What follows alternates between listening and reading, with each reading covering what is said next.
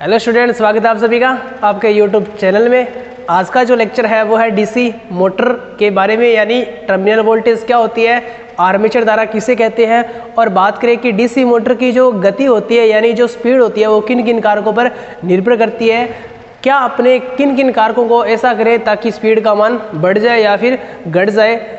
तो आज अपने उसी के बारे में चर्चा करने वाले हैं। और पिछली क्लास में अपन ने पढ़ा था कि प्रिंसिपल यानी डीसी मोटर किस सिद्धांत पर कार्य करती है और उसकी घूर्णन दिशा को कैसे चेंज किया जा सकता है, तो अपने इसके बारे में पढ़ा था। जिसने पहले वाली क्लास नहीं लगाई है तो अपनी प्लेलिस्ट है डीसी मोटर के नाम से, वहाँ पर आपको ये क्लास उपलब्ध हो जाएगी।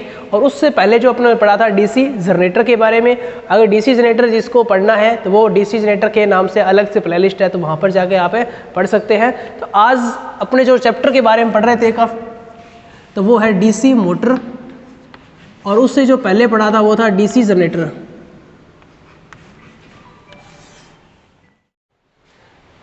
तो अपना टॉपिक था डीसी मोटर के बारे में। तो आज जो अपने टॉपिक जो पढ़ने वाले हैं उसका जो नाम है वो है आर्मेचर धारा, यानी आर्मेचर करंट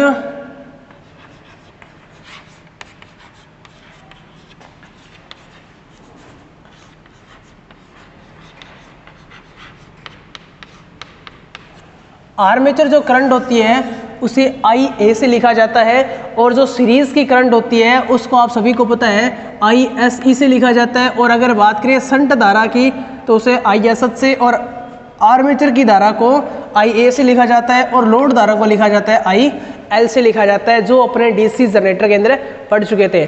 तो सीधी सी डेफिनेशन है कि जो आर्मेचर को दी जाने वाली जो धारा होती है उसे क्या कहते हैं, आर्मेचर धारा कहते हैं। और यह जो आर्मेचर धारा होती है ये बैक ईएमएफ और सप्लाई वोल्टेज के अंतर पर क्या करती है, निर्भर करती है। ठीक है, यानी किस किस कारकों पर निर्भर करती है, एक तो बात करें सप्लाई वोल्टेज पर, और एक बैक ईएमएफ पर क्या करती है, निर्भर करती है। इसके अगर बात करें फॉर्मूले के बारे में तो IA, आर्मेचर धारा का आपको फॉर्मूला नहीं पता है तो आप सब लोग जानते हैं कि जो ओम्स लॉ जो ट्रायंगुलर है उससे अपने 3 सूत्र बना सकते हैं, वोल्टेज ज्ञात करने का, धारा ज्ञात करने का और रेजिस्टेंस ज्ञात करने का। अपना जो टॉपिक है वो है धारा ज्ञात करना। धारा ज्ञात करने का फॉर्मूला क्या होता है, V बटे के अंदर क्या होता है, R होता है। ठीक है, और अपने पास V के मान कितने हैं, 2 है। एक तो क्या है बैक ईएमएफ और एक क्या होता है सप्लाई वोल्टता। आप सभी को पता है कि सप्लाई वोल्टता का विरोध करता है बैक ईएमएफ, इसलिए दोनों का अंतर लिया जाता है। अगर बात करें कि 100 वोल्टेज क्या है मेन सप्लाई है और 25 क्या है बैक ईएमएफ का मान है, तो अंतर कितना है, 75 वोल्ट का आया। तो 75 वोल्ट ही अपने को क्या मिलेगी, उपयोगी वोल्टेज मिलेगी, क्योंकि ये बैक ईएमएफ है, सप्लाई वोल्टेज का क्या करता है, विरोध करता है, इसलिए उसका नाम क्या रखा गया, बैक ईएमएफ। तो बात करते हैं कि VT माइनस EB यानी बैक ईएमएफ और टर्मिनल वोल्टेज का अंतर लिया जाता है, और यह भी बोला जाता है कि जो आर्मेचर धारा होती है वो बैक ईएमएफ और टर्मिनल वोल्टेज के अंतर पर क्या करती है, निर्भर करती है। और बात करें रेजिस्टेंस के बारे में तो किसका रेजिस्टेंस होगा, RA यानी आर्मेचर का प्रतिरोध। यहाँ पर भी बात करें कि सीरीज का रेजिस्टेंस को क्या लिखेंगे, RSC से, संट का रेजिस्टेंस को RHS से, और आर्मेचर का प्रतिरोध को RA से, और लोड रेजिस्टेंस को RL से लिखा जाता है। ठीक है, यहाँ तक सभी को समझ में आया। तो ये है उसका फॉर्मूला रहेगा कि आर्मेचर धारा का मान निकालने का। जैसे कि एक क्वेश्चन की बात करें, एक क्वेश्चन है कि डीसी मोटर है वो क्या है कि 200 वोल्ट की क्या दी जा रही है, सप्लाई दी जा रही है, 200 वोल्ट की क्या दी जा रही है, सप्लाई दी जा रही है, और बैक ईएमएफ का जो मान है वो कितना है, 50 वोल्ट है। ठीक है, और धारा का मान आपको क्या करना है, आर्मेचर धारा का मान आपको क्या करना है, ज्ञात करना है। अगर आर्मेचर का जो प्रतिरोध है वो कितना हो, 0.5 ओम हो, तो आर्मेचर धारा का मान ज्ञात करें। तो कैसे ज्ञात करेंगे, टर्मिनल वोल्टेज का मान कितना है, 200 माइनस बैक ईएमएफ का मान कितना है, 50 वोल्ट, बट्टे में क्या आएगा, आर्मेचर का प्रतिरोध। किसका मान ज्ञात करना है, आर्मेचर धारा का। इन दोनों का अंतर कितना आया, 150 वोल्ट, बट्टे के अंदर कितना है, 0.5। अभी जो पॉइंट है इसे हटाएंगे तो ऊपर 0 चला गया, इसलिए कैंसिल हो गया। अब 5 दिए 15, ये कितना पर गया, 300, तो आर्मेचर धारा का मान कितना आया 300 एम्पियर। इस तरीके से आप ज्ञात कर सकते हैं इस प्रकार के क्वेश्चन को। ठीक है, तो आर्मेचर धारा किन किन कारकों पर निर्भर करती है? टर्मिनल वोल्टेज और बैक ईएमएफ के अंतर पर क्या करती है? निर्भर करती है। और बात करें इसके बट्टा रेजिस्टेंस का भाग दे दिया जाएगा आर्मेचर का, तो अपने किसकी मिल जाएगी? आर्मेचर की धारा का मान मिल जाएगा। अब बात करते हैं इसके बारे में, 2 पॉइंट है कि बैक ईएमएफ और, तो ये क्वेश्चन सभी को समझ में आया। अब बात करते हैं इसके 2 पॉइंट के बारे में कि अगर बैक ईएमएफ का मान क्या हो, सप्लाई वोल्टेज के बराबर हो जाए तो क्या होगा? मैं कहता हूं कि जो बैक ईएमएफ का मान है वो बराबर हो जाए किसके? टर्मिनल वोल्टेज को क्या कहते हैं? सप्लाई वोल्टेज कहते हैं। अगर इसके मान के बराबर हो जाए तो आर्मेचर में कोई धारा प्रवाहित नहीं होगी।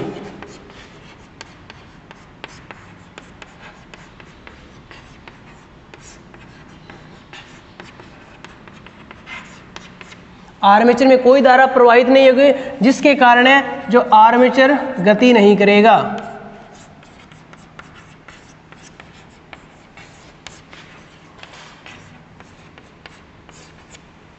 आर्मेचर के अंदर जो धारा का मान होगा वो क्या होगा? IA बराबर क्या होगा? 0 एम्पियर। कंडीशन क्या आएगी? 0 एम्पियर। अगर क्वेश्चन आ सकता है कि इस कंडीशन को क्या कहेंगे अगर आर्मेचर में धारा का मान क्या है? 0 है। अगर आर्मेचर में धारा ही नहीं जाएगी तो आप लोग जानते हैं कि जिसमें अंदर धारा ही नहीं जाएगी तो वो फ्लक्स भी नहीं बढ़ेगी, और जिसके कारण आर्मेचर घूमना भी स्टार्ट है यानी आरंभ भी नहीं करेगा।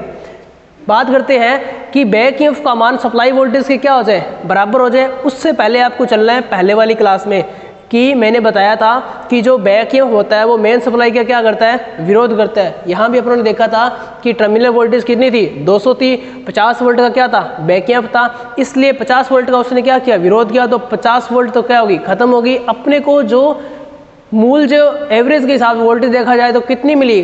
जो उपयोगी वोल्टेज कितनी थी? 150 वोल्ट थी, और 150 को अपनों ने भाग लगाया था 0.5 से, तो कितनी आई थी? 300 एम्पियर की धारा आई थी। तो यानी जो बैक ईएमएफ है वो मेन सप्लाई का क्या करता है? विरोध करता है, जिसके कारण क्या होता है कि यानी जो बात की टर्मिनल वोल्टेज में क्या आती है? कमी आ जाती है। उसी प्रकार से अगर बात करें कि बैक ईएमएफ का टर्मिनल वोल्टेज का मान कितना है अपने पास है, जैसे बैक ईएमएफ का मान कितना है? 200 हो जाए, और टर्मिनल वोल्टेज का भी मान कितना हो जाए? 200 हो जाए, तो दोनों का EB 200 माइनस कितना आएगा? 200, तो बराबर में क्या आ जाएगा? 0।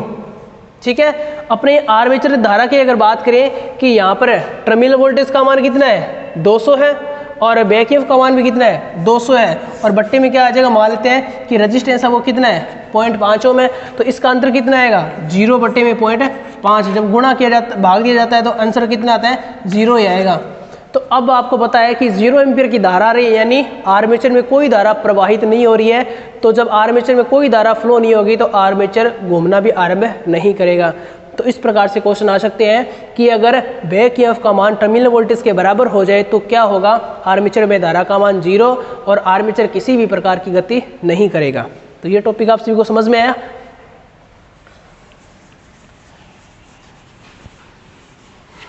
अब बात करते हैं अपने नेक्स्ट पॉइंट के बारे में। अगला जो पॉइंट है वो ये है कि अगर आर्मेचर के अंदर आर्मेचर अगर सप्लाई वोल्टता का आधा हो जाए, यानी अगर जो बैक ईएमएफ होता है आर्मेचर में बनने वाला, अगर वो सप्लाई वोल्टेज का आधा हो जाए तो जो मोटर है वो अत्यधिक शक्ति क्या करेगी? उत्पन्न करेगी, यह बोला जाता है। क्वेश्चन आ सकता है कि मोटर अधिक एफिशिएंसी पर कब कार्य करेगी, यानी अत्यधिक यानी सबसे ज़्यादा जो यांत्रिक ऊर्जा कब उत्पन्न करेगी? तो आपको बताना है कि बैक ईएमएफ का मान बराबर हो जाए, सब बराबर यानी बैक ईएमएफ का मान सप्लाई वोल्टता की क्या हो जाए? आधा हो जाए, तो मोटर अधिक एफिशिएंसी क्या करेगी? उत्पन्न करेगी, यानी अत्यधिक से ज़्यादा क्या करेगी? यांत्रिक ऊर्जा उत्पन्न करेगी। यानी सप्लाई वोल्टता EB का मान सप्लाई वोल्टेज के, यानी मैं बोल सकता हूं टर्मिनल वोल्टेज का आधा हो जाए,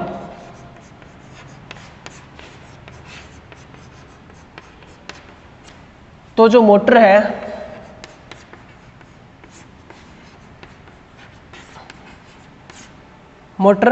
अधिक यांत्रिक ऊर्जा क्या करेगी, उत्पन्न करेगी।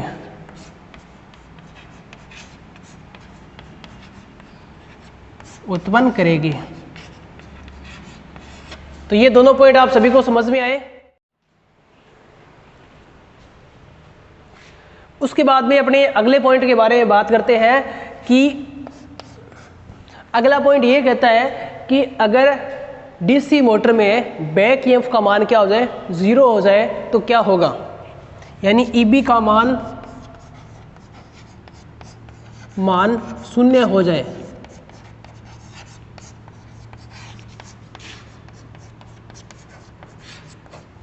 आप बताइए अगर ईबी का मान 0 हो जाए तो क्या होगा।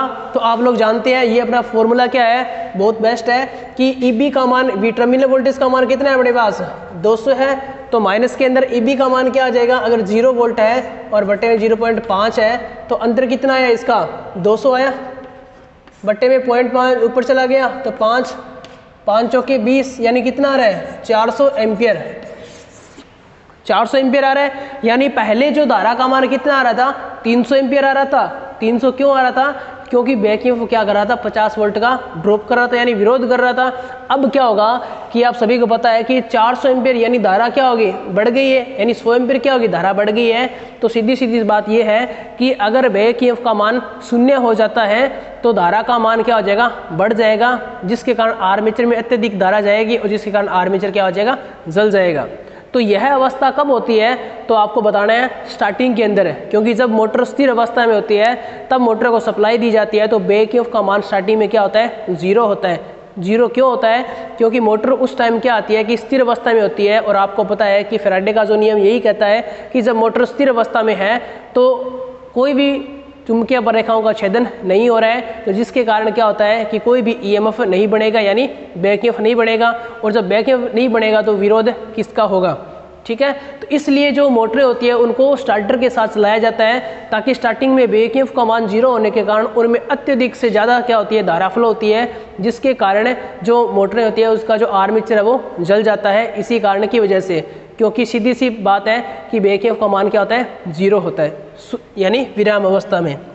तो ईबी का मान 0 होगा तो क्या होगा कि मोटर में अत्यधिक धारा जाएगी, यानी आर्मेचर में आईए का मान क्या होगा, बढ़ जाएगा। आईए का मान क्या हो जाएगा, बढ़ जाएगा, और मोटर का जो आर्मेचर है वो क्या होगा, जल जाएगा। तो ये जो ईबी का मान जो 0 होता है वो किस अवस्था में होता है, ईबी का जो मान होता है वो हमेशा किस में होता है, स्थिर अवस्था में। ईबी का जो मान है वो 0 कब होता है, तो होता है स्थिर अवस्था में।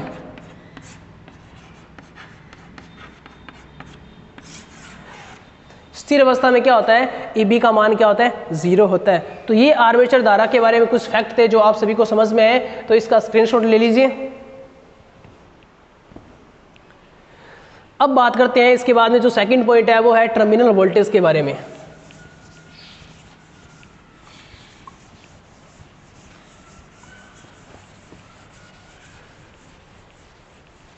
अगर इसमें से कोई पॉइंट वगैरह छूट गया है या फिर कुछ करेक्शन है तो आप मुझे कमेंट बॉक्स में कमेंट कर सकते हैं। अगर कोई भी टॉपिक आपको अगर समझ में नहीं आता है, कोई भी जो लाइन है वो समझ में नहीं आ रही, तो हमें आप बता सकते हैं कमेंट बॉक्स में। और एक बार इसे शेयर कर दीजिए ताकि सभी को पता चल जाए कि डीसी मोटर किस तरीके से वर्क करती है और इसके अंदर कौन कौन से जो पार्ट होते हैं जो हमारे लिए बहुत महत्वपूर्ण होते हैं, और किन पार्ट के कारण क्या होता है कि जो धारा फ्लो होती है और आर्मेचर धारा क्या होती है, ठीक है। अब जो सेकंड पॉइंट है वो है टर्मिनल वोल्टेज।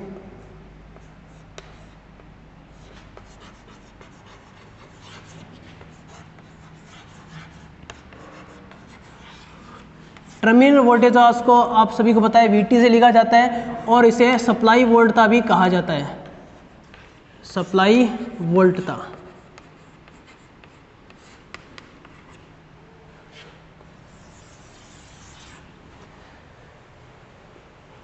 यहां पर मैं डायग्राम बनाता हूं।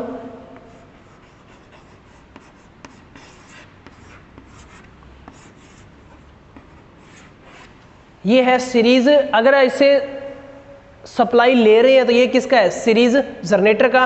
अगर इसे सप्लाई दे रहे हैं तो ये क्या है, सीरीज मोटर है। ये आर्मेचर है, ये क्या है, सीरीज वाइंडिंग है। तो यहाँ पर आप सभी को पता है, चाहे मोटर हो चाहे जनरेटर हो, यहाँ पर टर्मिनल वोल्टेज से क्या किया जाता है, शो किया जाता है। अगर अपने सप्लाई दे रहे हैं तो किसको दे रहे हैं, टर्मिनल वोल्टेज को। अगर सप्लाई ले रहे हैं तो कहाँ से ले रहे हैं, टर्मिनल वोल्टेज से। तो टर्मिनल वोल्टेज का मान होता है वो क्या होता है, सबसे ज़्यादा होता है मोटर के अंदर। और बात करें कि जनरेटर के अंदर, तो जनरेटर के अंदर आप सभी को पता है कि सबसे ज़्यादा जो आर्मेचर में जो उत्पन्न हुआ ईएमएफ है उसे ई से डिनोट किया जाता है। यानी ई जो कारक है वो क्या होता है, जनरेटर के अंदर सबसे बड़ी वोल्टेज होती है। और अगर बात करें मोटर के अंदर तो वीटी यानी जो टर्मिनल वोल्टेज होती है वो सबसे बड़ी वोल्टेज होती है। ठीक है, तो टर्मिनल वोल्टेज क्या होता है, इसकी डेफिनेशन अगर देखी जाए कि मोटर को सप्लाई दी जाती है तो उसको क्या कहा जाता है, टर्मिनल वोल्टेज भी कहा जाता है। और इस टर्मिनल वोल्टेज का फॉर्मूला क्या रहेगा, अपनों ने देखा था कि जनरेटर में ई ज्ञात करने का फॉर्मूला क्या था, ई बराबर वी टी प्लस आई ए और आर ए। यानी टर्मिनल वोल्टेज को प्लस कर देंगे आर्मेचर वोल्टेज ड्रॉप को, तो इन दोनों का जो मान है वो किसके बराबर होगा, ई के बराबर होगा। उसी प्रकार से अगर बात करें कि टर्मिनल वोल्टेज का अगर अपने को मान ज्ञात करना है, ठीक है, तो कैसे करेंगे कि ई बी यानी बैक ईएमएफ प्लस के अंदर क्या होगा, आई ए और आर ए। ये इसका क्या रहेगा, फॉर्मूला रहेगा डीसी जो मोटर होती है उसमें टर्मिनल वोल्टेज निकालने का। यानी बैक ईएमएफ का मान प्लस के अंदर आर्मेचर वोल्टेज ड्रॉप को अगर प्लस कर दिया जाएगा तो क्या होगा कि टर्मिनल वोल्टेज अपने आप को मिल जाएगी। और टर्मिनल वोल्टेज क्या होती है, ज़्यादा होती है, और ईबी का मान क्या होता है, कम होता है। इसका अगर एक सूत्र की बात करें नहीं है कि ईबी को अगर आपने प्लस कर दिया और प्लस के अंदर आई इंटू में आर क्या होता है, वी का मान होता है, ए इंटू ए क्या आ गया, कॉमन आ गया, तो वी ए। यानी आर्मेचर वोल्टेज ड्रॉप और बैक ईएमएफ को अगर प्लस कर दिया जाएगा तो आपको किसका मान मिल जाएगा, टर्मिनल वोल्टेज का मान आपको मिल जाएगा। ठीक है, तो यहाँ ये थी टर्मिनल वोल्टेज। सप्लाई से दी जाने वाली वोल्टेज क्या होती है, टर्मिनल वोल्टेज होती है। अब बात करते हैं अपने सेकंड टॉपिक के बारे में कि डीसी मोटर की स्पीड यानी घूर्णन गति।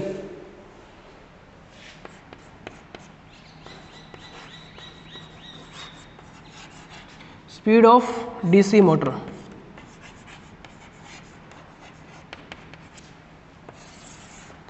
डीसी मोटर के अंदर बात करें स्पीड के बारे में तो आप सभी को पता है, उससे पहले अपने एक समीकरण पर जाएंगे और उस समीकरण के बारे में आप सभी को पता है कि समीकरण वो क्या थी। तो मैंने कल जो बताया था कि जो बैक ईएमएफ का जो मान होता है वो किसके समानुपाती होता है, एन गुणा में क्या होता है, फाई। ये चीज़ आप लोगों ने पढ़ी हुई है कि जो बैक ईएमएफ होता है वो किसके समानुपाती होता है, एन इंटू में क्या होता है, फाई के। अगर मैं बताऊं कि फाई का मान अगर बढ़ेगा तो किसका मान बढ़ेगा, ईबी का मान बढ़ेगा। अगर बात करें कि फाई का मान घट रहा है तो ईबी का भी मान क्या होगा, घटेगा। यानी सीधी सी बात है कि जो इनका जो टोटल जो रिजल्ट है वो क्या है कि जो फ्लक्स होता है उसके समानुपाती क्या होता है, बैक ईएमएफ होता है। ये आप लोग जानते हैं कि फ्लक्स का मान बढ़ेगा तो वोल्टेज बढ़ेगी, फ्लक्स का मान घटेगा तो बैक ईएमएफ का मान भी क्या होगा, घटेगा। तो ईबी समानुपाती क्या होता है, फाई होता है। ठीक है, ये कंडीशन आ गई सबसे पहली। अब बात करते हैं अपने 2 नंबर पॉइंट के बारे में कि एन क्या होता है, स्पीड होती है। तो अगर बात करें कि बैक ईएमएफ का मान, अगर ईबी का मान, स्पीड का मान बढ़ेगा, स्पीड का मान क्या होगा, बढ़ेगा, तो बैक ईएमएफ का मान भी बढ़ेगा। अगर बात करें कि बैक ईएमएफ का मान घटाना है तो आप क्या करोगे, स्पीड का मान भी क्या कर दो, घटा दो, क्योंकि आर्मेचर जितना ज़्यादा घूर्णन करेगा उतनी ज़्यादा क्या होगा, चुंबकीय बरेखाओं का छेदन होगा, जिसके कारण ईएमएफ का मान भी क्या मिलेगा, ज़्यादा मिलेगा। तो यहाँ भी क्या हो रहा है, समानुपात का इससे जो टोटल रिजल्ट मिल रहा है वो क्या है कि ईबी है वो समानुपाती है किसके, एन के। समझ में आ गया यहाँ तक।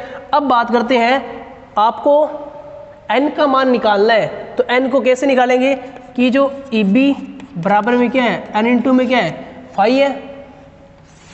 तो एन का मान निकालना है तो एन बराबर में क्या होगा, ईबी यहीं पड़ा रहने देते हैं, और ये जो एन इसके क्या थे, गुणा में था, तो बट्टे में क्या आ जाएगा, फाई। तो ये आ गया एक नया सूत्र अपना एन। यानी बात करें कि जो यहाँ पर अपने समानुपात का निशान भी लगा सकते हैं, ठीक है, क्योंकि जो स्पीड होती है वो बैक ईएमएफ पे क्या करती है, समानुपात का, और फाई पे क्या होती है, व्युत्क्रमानुपाती। यहाँ पर जो बात हो रही है वो किसकी है, स्पीड और फ्लक्स के बारे में, और यहाँ पर जो बात हो रही है वो है कि ईबी और फ्लक्स के बारे में। आप कंफ्यूज नहीं होना। तो अपने देखते हैं कि सबसे पहला जो पॉइंट है इस स्पीड के अंदर कि ये चीज़ आपको याद रखनी है, इसको मैं रफ कर रहा हूँ। सबसे पहले अपनी अवस्था देखते हैं।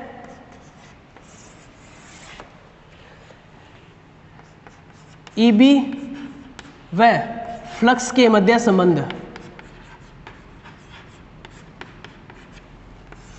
ईबी व फ्लक्स के मध्य आपको पता है कि जो अपनों ने समीकरण लिखी थी वो क्या थी, ईबी समानुपाती में क्या था, फाई था। ठीक है, यानी ईबी का मान बढ़ेगा तो फाई का मान, फ्लक्स का मान बढ़ेगा तो ईबी का मान बढ़ेगा, और ईबी का मान घटाना है तो फ्लक्स को आप घटा दो। तो सीधी सी मैं यह कह सकता हूं कि ईबी 1 बट्टे में क्या होगा, ईबी 2 बराबर में फाई 1 क्या होगा, फाई बट्टे में 2। यह जो फॉर्मूला बनता है ये बनता है कि बहुत ही ज़्यादा मोस्ट इम्पोर्टेंट है। इसके आधार पर कई सारे क्वेश्चन पूछे गए हैं और पूछे जाएंगे। ठीक है, ईबी 1 बट्टे में ईबी 2, फाई 1 बट्टे में फाई 2। ये तो हो गया बैक ईएमएफ और फ्लक्स के मध्य संबंध। अब बात करते हैं अपने 2 नंबर जो पॉइंट है, अपनों ने पढ़ा कि बैक ईएमएफ व एन के मध्य। एन क्या होता है भाई, स्पीड होती है। तो इन दोनों के मध्य संबंध के बारे में अपने देखते हैं। आपको पता है कि एन का मान बढ़ेगा तो ईबी का मान बढ़ेगा, और फ्लक्स का मान, सॉरी, जो बैक ईएमएफ का मान अगर आपको घटाना है तो किसका मान घटाना पड़ेगा, स्पीड का मान। तो दोनों समानुपात में, तो इसलिए क्या हो जाएगा, सेम यही रह जाएगा। यानी ईबी समानुपाती है किसके, एन के। तो यहाँ से जो फॉर्मूला बनेगा वो बनेगा कि ईबी 1 बट्टे में क्या हो जाएगा, ईबी 2 बराबर में क्या हो जाएगा, N1 बट्टे में क्या आ जाएगा, N2। N1 बट्टे में क्या आ जाएगा, N2। यह भी फॉर्मूला क्या है, बहुत ही मोस्ट इंपॉर्टेंट है। जो बॉक्स में जो बंद कर रहा हूँ वो फॉर्मूले क्या है आपके लिए बहुत ही ज़रूरी है, इसलिए मैंने बॉक्स में बंद किए हैं, ताकि इसमें कई सारे फॉर्मूले हैं तो आपको जो मोस्ट है वो मैंने क्या कर दिए, बॉक्स के अंदर कंप्लीटली कर दिए। तो अब ईबी का मान इससे क्या होगा, समानुपात के अंदर होगा। अब बात करते हैं अपने एन पे, यानी एन का मान निकाला था इस, पहले तो क्या बनाए थे, दोनों समीकरण है, दोनों जो मध्य संबंध है वो था इस फॉर्मूले के आधार पर। अब बात करते हैं अपने इसके आधार पर। अब बात करते हैं अपने 3 नंबर पॉइंट के बारे में। 3 नंबर पॉइंट क्या कहता है कि स्पीड और बैक ईएमएफ के मध्य क्या है, समानुपात का संबंध है। तो एन व ईबी के मध्य स्पीड व ईबी के मध्य, आपको पता है कि एन का मान बढ़ेगा, यानी स्पीड का मान अगर आप बढ़ाओगे तो बैक ईएमएफ का मान क्या होगा, बढ़ेगा। यानी एन समानुपाती क्या है, ईबी है। देखो ये वाला पॉइंट और ये वाला यहाँ पर पॉइंट दोनों क्या है, सेम है। यहाँ पर क्या था, बैक ईएमएफ और स्पीड के मध्य संबंध, यहाँ पर क्या है, स्पीड और बैक ईएमएफ के मध्य संबंध। बात है एक ही है, कोई दिक्कत नहीं है। अगर ये पहले आ रहा है तो ये बाद में आ रहा है, कोई प्रॉब्लम नहीं है। आपको याद रखना है कि ईबी 1 बट्टे में ईबी 2 बराबर में N1 बट्टे में N2, ये चीज़ आपको याद रखनी है। तो यहाँ जो फॉर्मूला बनेगा वो क्या रहेगा कि N1 बट्टे में क्या हो जाएगा, N2 बराबर में ईबी 1 बट्टे में क्या हो जाएगा, ईबी 2। तो ये रहेगा अपना जो सेकंड समीकरण का फॉर्मूला। अब बात करते हैं अपने 4 नंबर यानी लास्ट पॉइंट के बारे में। जो n है वो समानुपात में नहीं है, ये क्या है, व्युत्क्रमानुपाती है। अगर आपकी स्पीड का मान बढ़ेगा तो फ्लक्स का मान क्या होगा, कम होगा। अगर फ्लक्स का मान आपको पता है कम होगा तो स्पीड का मान क्या होगा, बढ़ेगा। तो 4 नंबर किसके मध्य है, स्पीड व फ्लक्स के मध्य, स्पीड और फ्लक्स के मध्य है। अब आपको पता है कि व्युत्क्रमानुपाती का क्या है, संबंध है, यानी 1 बट्टे में क्या आ जाएगा, फाई आ जाएगा। 1 बट्टा में क्या आवा, फाई आया। अब बात करते हैं कि इसकी जो समीकरण है वो क्या रहेगी। तो यानी N1 बट्टे में क्या हो जाएगा, N2, और बराबर में यहाँ पर क्या आएगा, इसके बराबर में 1 बट्टा फाई 1 बट्टे में क्या आ जाएगा, 1 बट्टा फाई 2। ठीक है। अब आपको पता है कि बाहर बाहर वाली संख्या का गुणा होता है, अंदर अंदर वाली संख्या का गुणा होता है, तो संख्या क्या हो जाएगी, पलट जाएगी। जो टोटल जो रिजल्ट है वो अपने को क्या मिलेगा, टोटल जो रिजल्ट है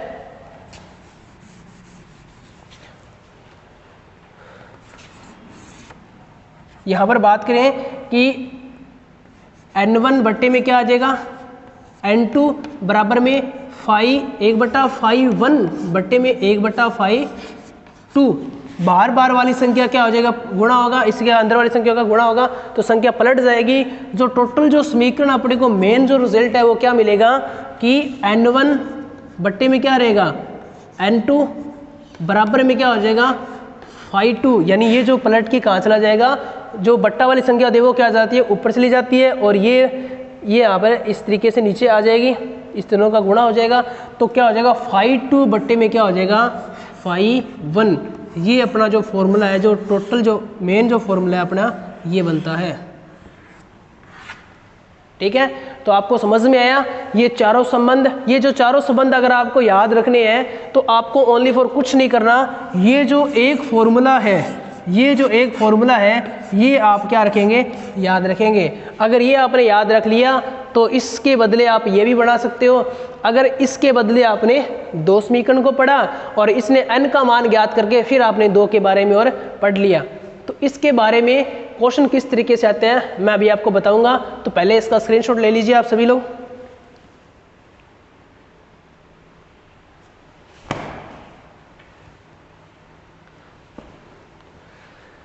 ठीक है, इसको अपने रफ करते हैं। अपने जो फॉर्मूले हैं वो एक बार साइड में पढ़े हैं।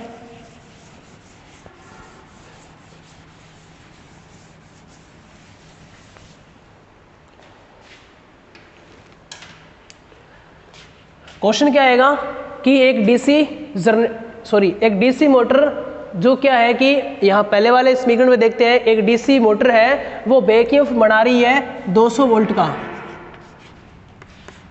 EB1 आपको अपने आप पता चल जाएगा कि EB1 है या EB2 है, यानी जो एक डीसी मोटर है वो बैकईएमएफ बना रही है 200 वोल्ट का, और उसमें जो फ्लक्स का मान है कितना, जो फाई का मान है वो है मान लेते हैं 100 वेबर।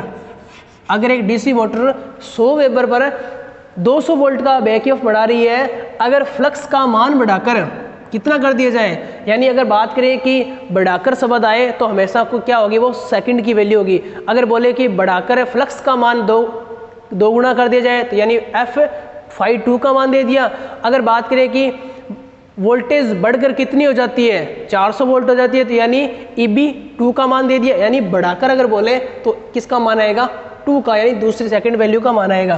तो बोला जाता है कि फ्लक्स का मान अगर कितना कर दिया जाए, 200 कर दिया जाए, यानी 2 गुना, इसको क्या बोल सकते हैं, 2 गुना कर दिया जाए, या फिर 200 वेबर अगर फ्लक्स का मान कर दिया जाए तो उत्पन्न बैकईएमएफ का मान ज्ञात करें। तो कैसे ज्ञात करोगे, किसका मान ज्ञात करना है आपको, EB2 का मान ज्ञात करना है। तो फॉर्मूला क्या रहेगा, EB1 का मान कितना दिया गया आपके पास है, 200 दिया गया, बट्टे के अंदर EB2 का क्या करना है आपको ज्ञात करना है, यानी मैं लिख देता हूँ EB2 बराबर में आपका क्या आएगा, Φ1 का मान कितना दे रखा है 100 वेबर का, और Φ2 का मान कितना दे रखा है 200।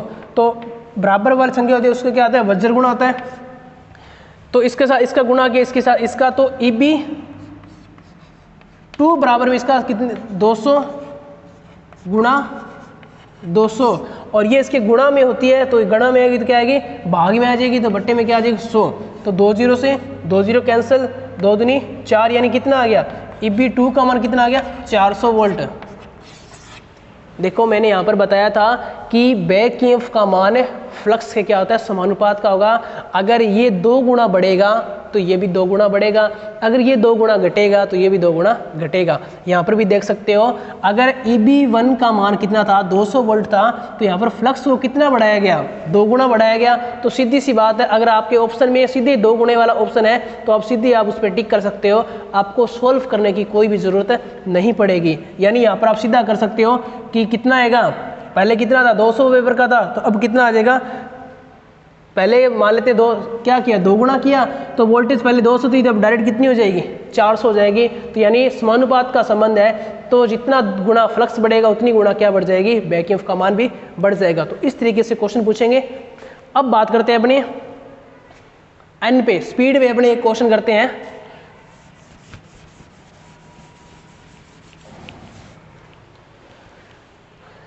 जिसे बोला जाए कि एक अगर जनरेटर मोटर है वो है 2000 आरपीएम पर क्या कर रही है, घूर्णन गति कर रही है, यानी N1 का मान दिया गया है। अगर N1 यानी 2000 आरपीएम पर अगर क्या कर रही है, घूर्णन गति कर रही है, तब बैक ईएमएफ का मान कितना है, 100 वोल्ट है। अगर स्पीड को बढ़ाकर कितनी कर दी जाए, 2 गुना कर दी जाए, यानी N2 क्या कर दिया जा रहा है, 2 गुना कर दिया जा रहा है, यानी इसका मतलब क्या हुआ, 4000 आरपीएम कर दिए जाए, 4000 आरपीएम कर दिए जाए तो उत्पन्न बैक ईएमएफ की गणना करें। तो कैसे करोगे आप, आपको बैक ईएमएफ वाला फॉर्मूला नहीं लगाना है, फाई ZNP 60A वाला फॉर्मूला आपको नहीं लगाना है, यहाँ पर सीधे आपको करना है। देखिए इसका जो आंसर है मैं आपको बता सकता हूँ कि यहाँ पर क्या समानुपात में 2 गुना बढ़ रहा है, तो आपको स्पीड को कितना बैक ईएमएफ यानी जो वोल्ट है वो कितना आ जाएगा, 200 वोल्ट आ जाएगा, डायरेक्ट क्या हो जाएगा, 2 गुना हो जाएगा। देखते हैं निकाल के कि N1 और N2, N1 का मान कितना है, 2000 बट्टे में कितना है, 4000, बराबर में EB1 का मान कितना है, 100 बट्टे में EB2 का मान अपने को क्या करना है, ज्ञात करना है। तो इससे गुणा होगा पक्षांतर, तो वैल्यू क्या मिलेगी अपने को, EB2 बराबर में क्या होगा, 400 गुणा में के अंदर क्या हो जाएगा, 100 बट्टे के अंदर 2000, ये 2000 4000 है भाई, ये इससे क्या हो जाएगा, कैंसिल आउट हो जाएगा, 2 दूनी 4, इससे गुणा किया तो कितना आया, EB2 का मान कितना आया, 200 वोल्ट आया। तो यानी यहाँ पर भी समानुपात है, तो जितना गुणा आप बढ़ाओगे उतना गुणा क्या आ जाएगा, आपको मिल जाएगा। ये समझ में आ गया। अब बात करते हैं कि ये वाला डेफिनेशन लोग सेम ही है। अब अपने बात करते हैं कि फ्लक्स के बारे में। फ्लक्स की जो है स्पीड के साथ वो है व्युत्क्रमानुपाती की। अगर फ्लक्स का मान क्या होगा, घटेगा, तो स्पीड का मान होगा बढ़ेगा। तो आप सीधे बता सकते हैं। देखते हैं क्वेश्चन के बारे में। अगर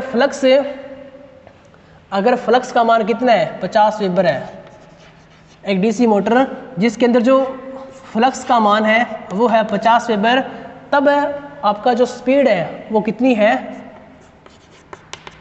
मान लेते हैं 500 आरपीएम है।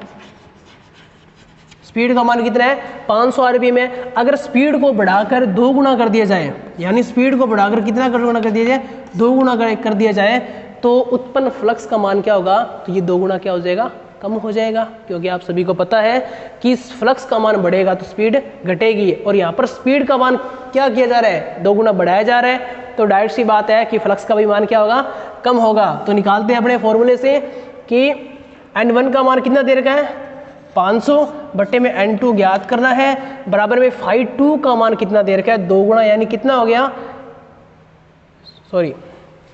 N2 का मान अपने पास दिया हुआ, यानी 2 गुना, यानी कितनी होगी, 1000 हो गया।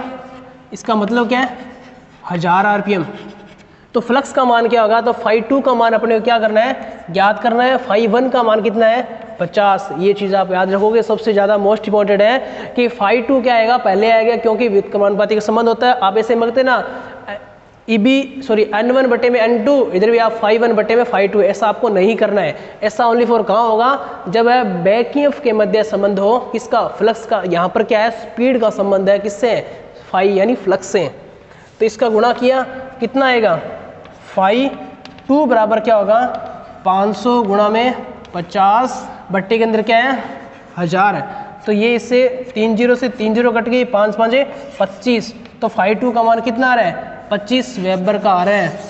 तो ये चीज़ मैंने बताई थी, अगर 2 गुना होगा तो फ्लक्स उतना ही क्या हो जाएगा, कम हो जाएगा। यानी यहाँ पर फ्लक्स कितना था, 50 था, तो 50 का आधा कितना हो गया, 25 वेबर क्या हो गया, फ्लक्स अपने को मिल रहा है।